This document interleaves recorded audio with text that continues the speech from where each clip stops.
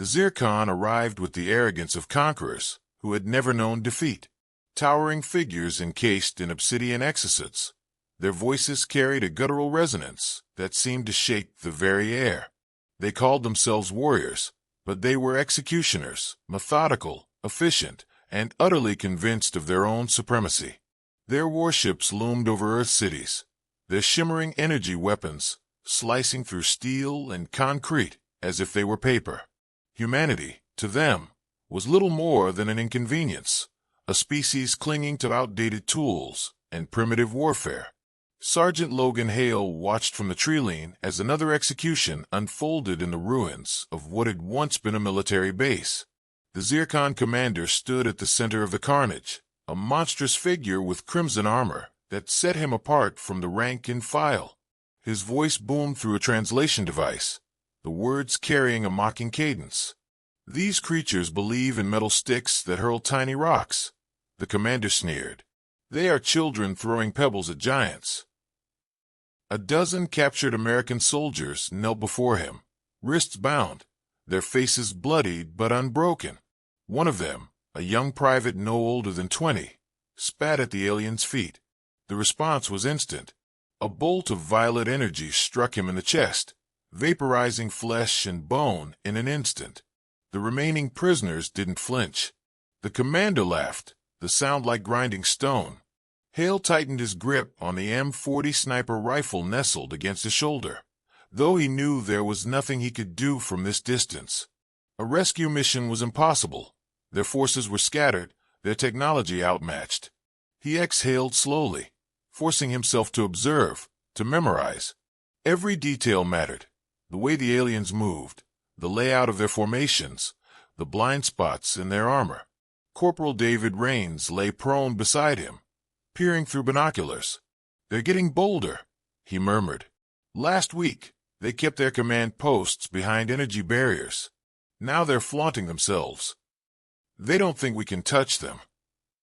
Hale's voice was calm, but there was a razor's edge beneath it. "Maybe we can't." Rains glanced at the rifle. "Not yet."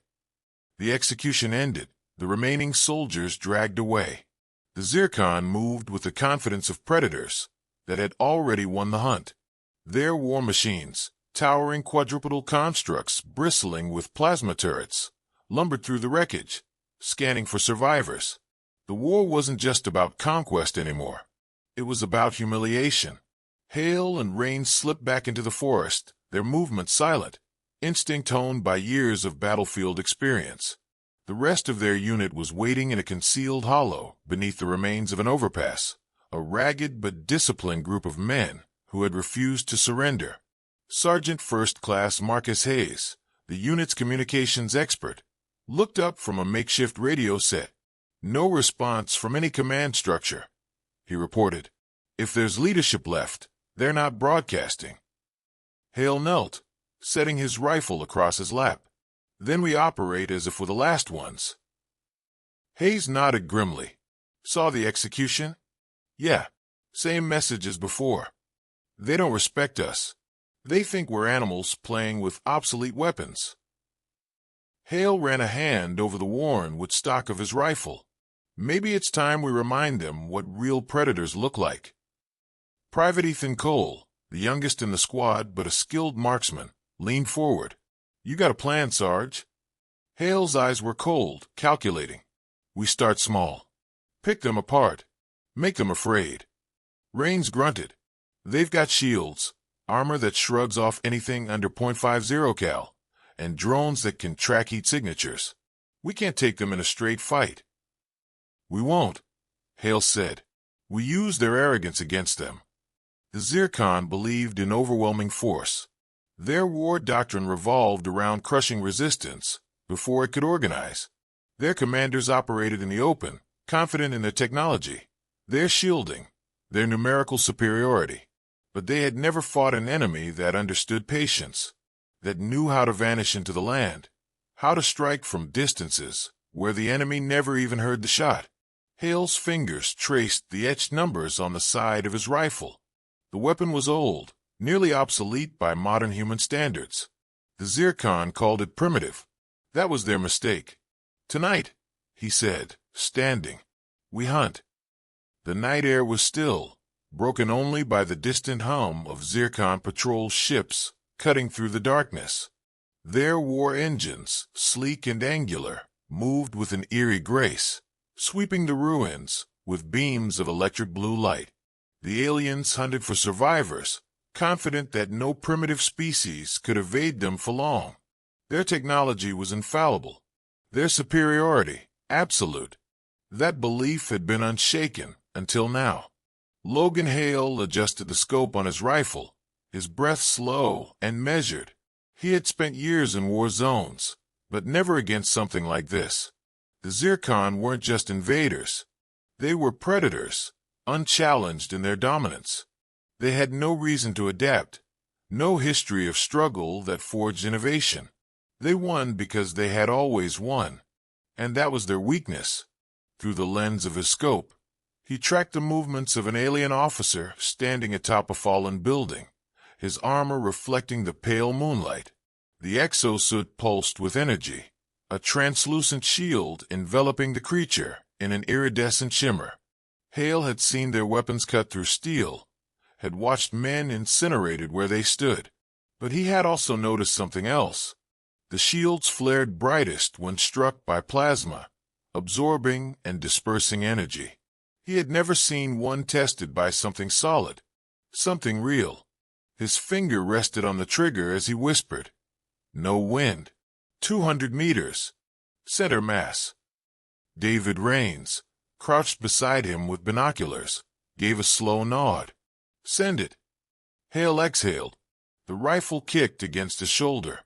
The shot cracked through the silence, a whisper compared to the roar of the Zircon war machines. The officer jerked, his body snapping back as a .308 round punched through his chest plate. The shield flickered, then died. For a long moment, nothing happened. The other Zircons stood frozen, their mandibles clicking in confusion. Then the officer collapsed, black blood pooling beneath him. Hale chambered another round, already lining up his next target.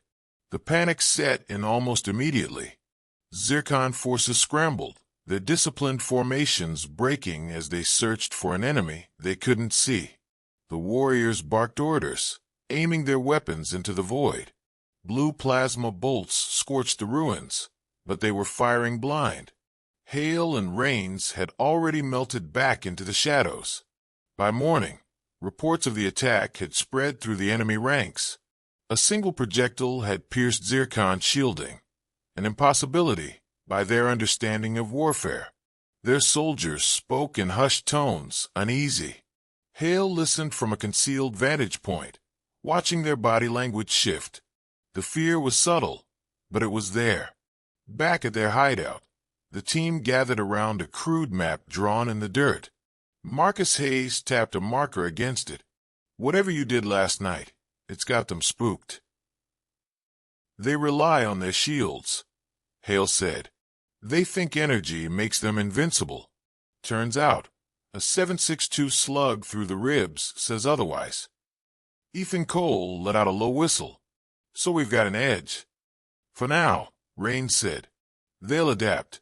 Question is, how fast?" The answer came sooner than expected. That night, Hale returned to his vantage point, waiting for another target. This time, the officers were wrapped in thicker plating, their shields humming louder. The Zircon had adjusted. Hale smirked. So had they. He slid a new magazine into the rifle. The rounds weren't standard issue anymore. Hayes had helped scavenge tungsten core ammunition from an abandoned armory, and Cole had spent hours grinding down the tips for better penetration. It wasn't high-tech. It was human ingenuity, the kind that turned desperation into survival. When the next shot landed, the effect was devastating. The round punched through both armor and flesh, splintering an officer's chest cavity. The shield did nothing. Panic spread like wildfire. The Zircon had always fought enemies who either matched them in energy warfare or crumbled under their might. Never before had they faced an opponent who killed from the shadows, who struck without warning and left nothing but bodies. Their discipline frayed. Officers abandoned their command posts, refusing to make themselves targets. Hale watched it all unfold, his expression unreadable. "They're breaking." Rains nodded. "Not enough. Not yet." The Zircon response was immediate and brutal. The assassinations had shattered their illusion of invincibility, and for the first time, they treated the humans as more than scattered prey. The air above the ruins filled with drones, sleek constructs of black alloy, scanning the terrain with infrared sensors and motion trackers. Patrols doubled, moving in tighter formations, their officers now guarded by towering enforcers clad in heavier armor. The air carried the scent of scorched earth as plasma bombardments leveled entire districts, an attempt to flush out the unseen threat. Logan Hale crouched beneath the twisted remains of a collapsed overpass, watching the search parties move with mechanical precision. The aliens were adapting, which meant he and his team had to stay ahead. They had made their first move, but the game was far from won. He adjusted his rifle, feeling the weight of it, the familiar reassurance of steel and wood. It was an old weapon, built for a different war, yet it had done what the most advanced human technology had failed to, instill fear in an enemy that knew none.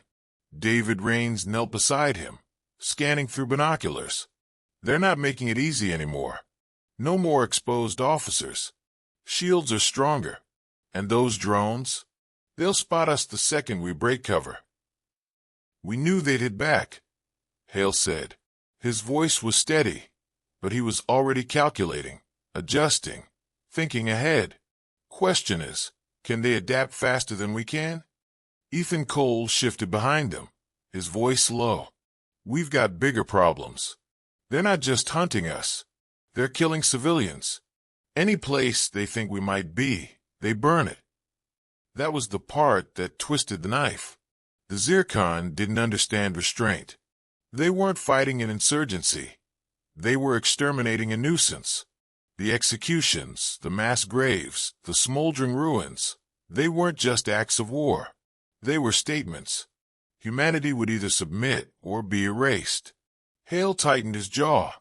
Submission wasn't an option. Back at their hideout, Marcus Hayes spread out scavenged components across a makeshift workbench. Electronics ripped from downed drones, alien power cells, human detonators stripped from unexploded ordnance. Improvised warfare had always been a human specialty. "They rely on tech," Hayes muttered, "connecting wires with quick precision. We use it against them." Hale studied the device forming under his hands. It was ugly, nothing like the sleek, precise weaponry the Zircon wielded. But that was the point. The aliens didn't expect traps. They didn't expect their own tools to betray them. That night, Hale set the first ambush. The sniper's role had always been to create uncertainty, but this was something more. A calculated strike, meant to shift the enemy's strategy. The shot rang out, a single round that took the head off a patrol leader. When the Zircon moved in to retaliate, they triggered the first device. A signal jammer ripped from a drone, reprogrammed to scramble their targeting systems. Their sensors went dark. Panic set in. Plasma bolts tore through the darkness, fired wildly into the void. Hale didn't fire again. He didn't need to. The aliens were shooting at shadows, their formations collapsing into chaos. When they pulled back, retreating toward their base, they found another surprise. An explosive rig to a captured drone core. The blast ripped through their ranks, scattering them like leaves in a storm. By dawn, their patrol routes had changed again. They moved slower, more cautious. The hunters had become the hunted, and the fear was beginning to take root. Rains watched through the binoculars, shaking his head in quiet amusement. "They're learning. Not fast enough." "They will," Hale said. "But by the time they do, we'll already be ahead." The Zircon were unraveling. The disciplined war machine that had crushed entire civilizations was now second-guessing every step, afraid of an enemy they couldn't see. Officers no longer strode into battle with the confidence of untouchable conquerors. Instead, they moved in tight formations, shields overlapping, their once commanding voices now laced with hesitation. Each day, their tactics shifted, first brute force, then electronic countermeasures, then sheer overwhelming numbers. None of it worked. The humans were ghosts, striking from nowhere, disappearing before a counterattack could even begin. Logan Hale lay prone on a rooftop overlooking the remains of what had once been a city square. The Zircon had turned it into a forward operating base, a heavily fortified zone bristling with energy turrets and automated sentries. It was supposed to be impenetrable. It wasn't. The problem wasn't firepower. It was mindset. The Zircon thought in terms of overwhelming force. They assumed their enemy would meet them head-on. But Hale and his team weren't fighting their war. They were rewriting the rules. Through his scope, he tracked the movements of the base's commander, a towering figure draped in reinforced plating. Unlike the others, this one didn't show fear. He moved with methodical precision, scanning his surroundings, as if daring an attack. He had adapted faster than the others, setting traps, deploying decoys, attempting to lure the snipers into revealing their positions. He was smart. That made him dangerous.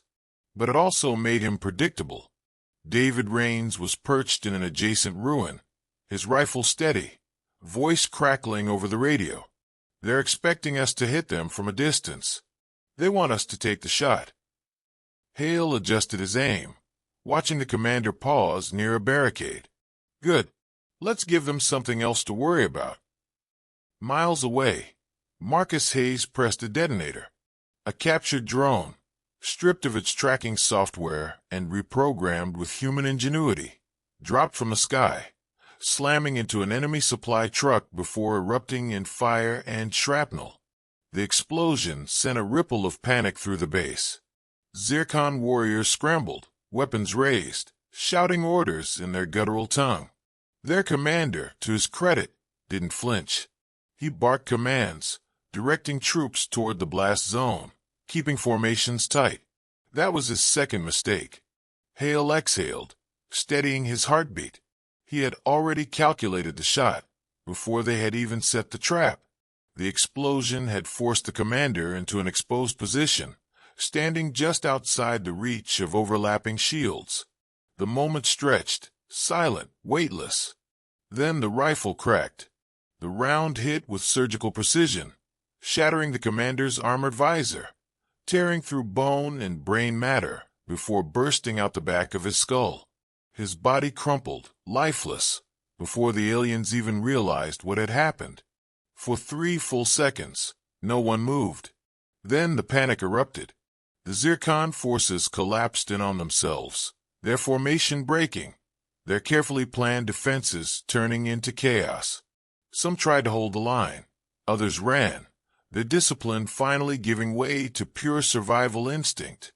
Hale chambered another round, but he didn't fire. He didn't need to.